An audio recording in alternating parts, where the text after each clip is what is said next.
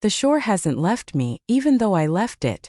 It follows me into the mornings where I wake beside someone who knows my body but no longer knows my thoughts. I move through the day on habit alone. Coffee, keys, the familiar weight of a life I chose and now carry like a coat that doesn't quite fit. Nothing is openly wrong. That's the most dangerous part. Silence has learned how to sound like peace. I tell myself I'm loyal because I come home. Because I answer questions. Because I don't say what I'm thinking. But loyalty isn't measured by where your body sleeps. It's measured by where your mind runs when it wants to feel safe. Mine keeps running back to a voice that isn't my partner's. To words that didn't ask for anything except honesty. To a presence that didn't demand certainty when I didn't have any left to give. My partner talks about the future like it's already settled. Plans, repairs, routines. I nod at the right places. I've learned the rhythm of agreement. But inside something has shifted.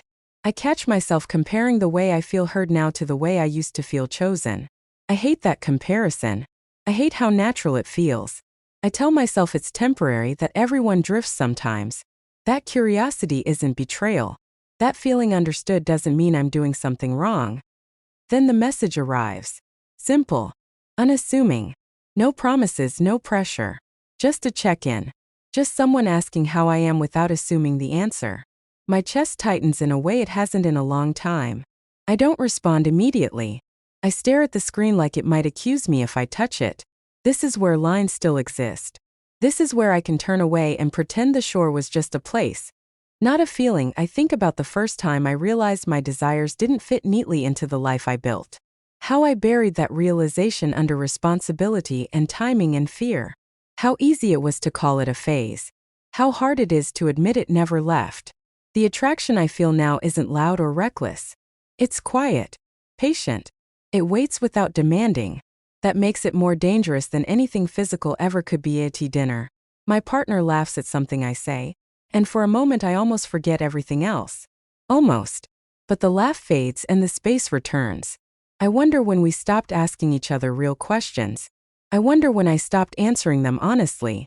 I excuse myself early, claiming exhaustion, and lie awake later staring at the ceiling, replaying words that weren't even spoken out loud. Did I type a reply? Delete it. Type again. My thumb hovers. This isn't about desire, I tell myself. It's about being seen. It's about finding my way back to myself. But even as I justify it, I know this is the edge. One step closer to something I haven't earned the right to want. I send the message anyway. Not because I'm brave, but because pretending I don't feel this way has finally become more painful than admitting that I do. I tell myself the reply didn't change anything, but that's a lie I start repeating immediately. From the moment the message is sent, my attention shifts. Not dramatically, quietly. I still do everything I'm supposed to do. I still show up.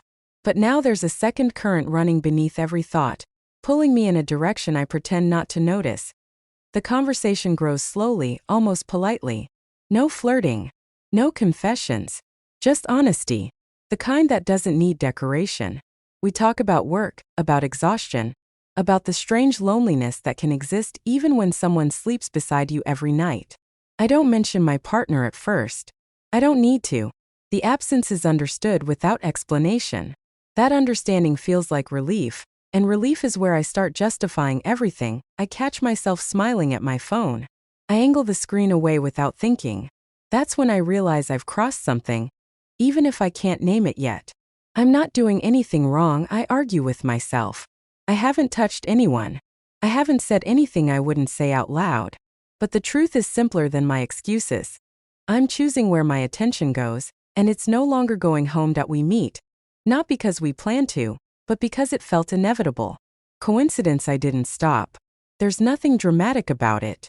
No rush. No electricity that demands action. Just a calm that settles in too easily. We sit close enough to feel warmth, far enough to pretend we're being careful. Words flow without effort. I say things I didn't know I was holding.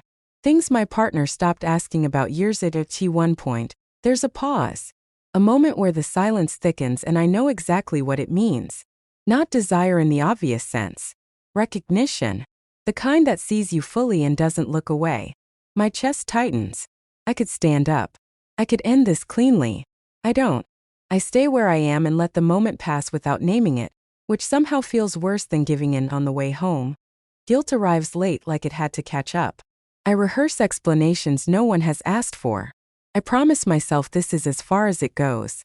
That I just needed to feel understood once. That everyone needs that. When my partner asks how my day was, I give a shortened version that leaves out the only part that mattered. The lie slides out smoothly. Too smoothly. That night I realize I'm waiting. Waiting for the next message. Waiting for proof that what I felt wasn't imagined. When it comes, I don't hesitate this time. I answer immediately. The relief is instant, and that's how I know the line is gone. Not stepped over, erased. I'm no longer choosing between right and wrong. I'm choosing between honesty and comfort is winning that I tell myself I deserve this. That years of restraint have earned me one place where I don't have to explain myself. I tell myself my partner would never understand this part of me anyway. Each justification stacks neatly on the last, building a version of myself that isn't cheating, just surviving. But somewhere underneath all that careful reasoning, a quieter truth waits, patient and undeniable. I know exactly what I'm doing now, and I'm doing it anyway.